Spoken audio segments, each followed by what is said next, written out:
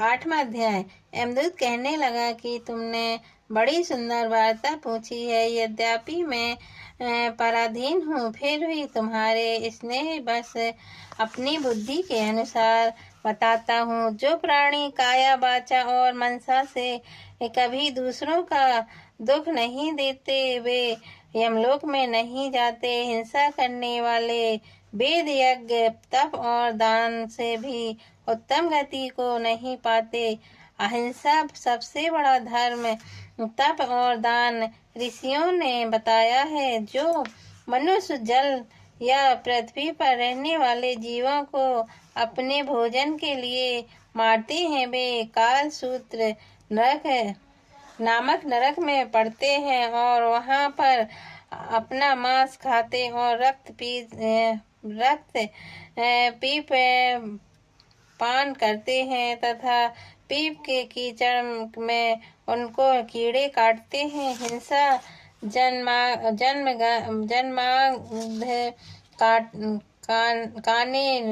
जन्मांध काने, कुबड़े, लूले, लंगड़े, दरिद्र और अंगहीन होते हैं। इस कारण इस लोक तथा परलोक में सुख की इच्छा करने वाले को काया, वाचा तथा मन में दूसरों का द्रोह न करना चाहिए। जो हिंसा नहीं करते, उनको किसी प्रकार का भय नहीं होता। जिस तरह सीधी और टेढ़ी दोनों प्रकार की बहने वाली नदियां समुद्र में मिल जाती हैं, वैसे ही सब धर्म अहिंसा से प्रवेश कर जाते हैं। ब्रह्मचारी, गृहस्थ, वानप्रस्थी तथा यानी सभी अपने अपने धर्म का पालन करने और जितेंद्र रहने से ब्रह्मलोक को प्राप्त होते हैं। जो जलाशय आदि बनाते हैं और सदैव 5 यज्ञ कराते हैं, वे यमपुरी में नहीं जाते। जो इंद्रियों के वशीभूत नहीं है, वेदवादी और नित्य ही अग्नि हवन यज्ञ का पूजन करते हैं, वे स्वर्ग को जाते हैं। युद्ध भूमि में जो शूरवीर मर जाते हैं, वह सुरलोक को प्राप्त होते हैं। जो अनाथ स्त्री शरण में आए हुए तथा ब्राह्मण की रक्षा के लिए प्राण देते हैं, वे सभी स्वर्ग से नहीं लौटते। जो मनुष्य लूले लंगड़े वाले, वृद्ध, अनाथ तथा गरीबों का पालन करते हैं, वह भी स्वर्ग में नहीं जाते। जो मनुष्य गौ के लिए पानी का आश्रय करते हैं तथा कुएं, तालाब और बावड़ी बनवाते हैं, वे सदैव स्वर्ग में निवास करते हैं। जैसे जीव इनमें पानी पीते हैं, वैसे ही उनका धर्म बढ़ता है। जल से ही मनुष्य के प्राण है, इसलिए जो प्याऊ आदि लगाते हैं, वह अक्षय स्वर्ग को प्राप्त होते हैं। बड़े बड़े यज्ञ भी वह फल नहीं देते जो अधिक छाया वाले वृक्ष मार्ग में लगाने से देते हैं। जो मनुष्य वृक्षारोपण करते हैं, वह सदैव दानी और यज्ञ करने वाले होते हैं। जो अच्छे फल को अच्छी छाया वाले मार्ग में वृक्षों को काटते हैं,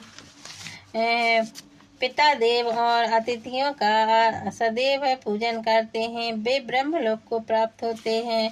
9वां अध्याय। यमदूत कहते हैं कि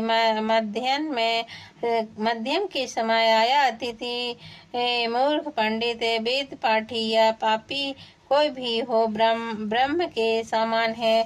जो रात्रि के थके हुए भूखे ब्राह्मण को अन्न जल देते हैं, मध्याह्न के समय जिनके घर आता हुआ अतिथि निराश नहीं जाता, वह स्वर्ग का वासी होता है। अतिथि बार बार कोई धन संपत्ति तथा हित नहीं है। बहुत से राजा और मुनि अतिथि सत्कार से ब्रह्मलोक को प्राप्त हुए हैं। जो एक समय आलस से भी अतिथि को भोजन करा दे वह यमलोक नहीं देखता।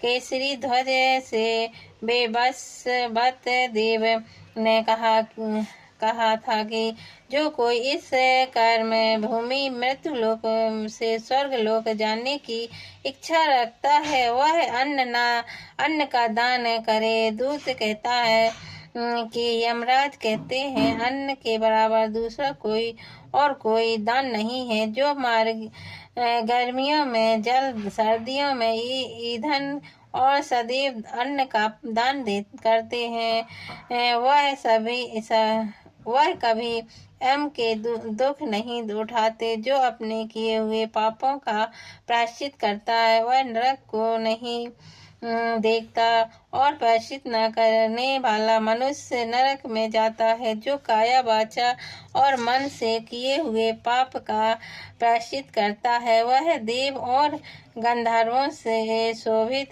स्वर्ग लोक को प्राप्त होता है। जो नित्य ही व्रत तप तीर्थ करते हैं और जितेंद्र हैं वह भयंकर यम को नहीं देखते।